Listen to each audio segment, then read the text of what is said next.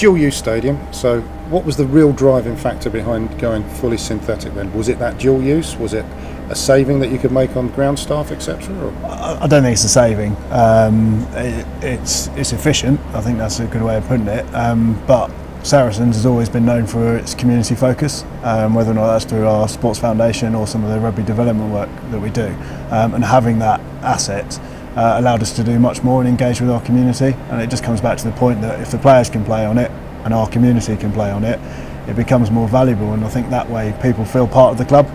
And if you feel part of the club, you're more likely to come along to the games and support Saracens as a family. We've touched on the removal of the pitch that we've got going on behind us. Installation will start when?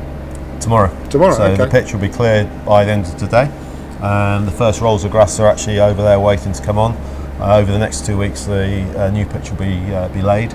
Okay. It's a heavier pitch. Richard touched on it. It's a newer surface. It's a heavier pitch. One of the challenges we've got is ensuring that the rubber infill that's in there is kept below the surface. So that's one of the facts we've looked at trying to deal with. So it's a heavier pitch.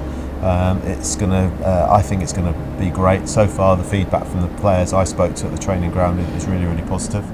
It should look really, really good. Rubber crumb, the infill, coming for some debate, shall we say, a few months back, and the fact that it may have carcinogenic nature. Have you got any comment to make on that at all? Yeah, where it came from is quite interesting. It came as a result of coincidences in America, particularly with female goalkeepers who had unfortunately contracted cancer, and they claimed the only thing in common was the fact they all played football on synthetic turf. Right. There are other things that are in common with those players because when they were playing in goal, there are a lot of other players playing on the pitch who haven't had the same issue.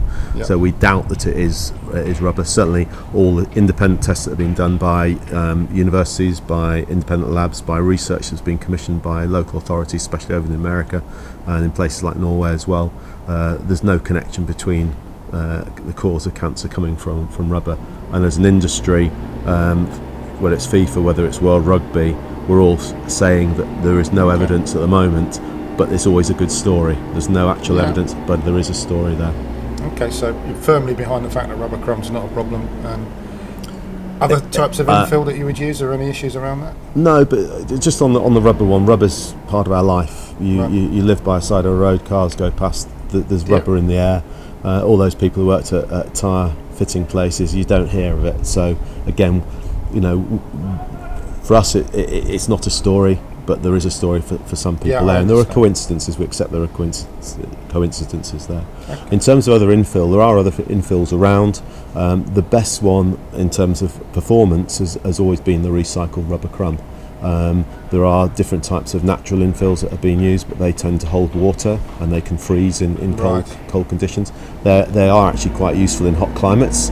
And as good as everything is here at Saracens, it's a nice sunny day. The climate isn't justifying, using those types of infills. Further down in the system, traditionally you use sand to support the base of the carpet before the rubber goes in. On this particular pitch here, we're introducing a new material, which is effectively a recycled glass. Glass comes from sand in the first place. The bottles are broken and in a special way, so the glass is a rounded material, slightly larger in size, so it allows rapid drainage as well. So again, even under the heaviest downpour, that pitch will be playable immediately, and this will support and works within the system. So that's a small modification that we've made to the overall part pitch. Of this absolutely, install. yeah, absolutely. Okay. So you could actually, Richard, claim that your players will run over broken glass for their team. I'm not sure that's a line. I'm not sure we'll go with that one. I've seen the sound. It's fine. The process, if you want to carry on just for a second, the process is the glass is imploded, so it's not shattered or broken. It's imploded in a certain way, which only creates rounded particles, and it's basically turning sand to glass, glass back to sand. The interesting fact here that the sand, you'll see it when it arrives here, has got a slight green tint to it because the majority of glass that's used in this country is green. Right. For an installation for rugby and football, are there any differences in the carpet that you would like? Not really, no, except with football you can get away with a lower pile height. Right. So in football it's about ball roll, it's about foot surface reaction, a few other little things as well, but in rugby you've got the extra added factor body impact. So there's a test called HIC, Head Impact Criteria Test, Right. which measures what would happen if a player falls from a height. You don't need that in football, but you do need it in rugby. And as a result of that, the rugby surfaces have to be at least 60mm in depth. This one here is actually 65, so we've gone a little bit over that. But in football, you can actually drop it.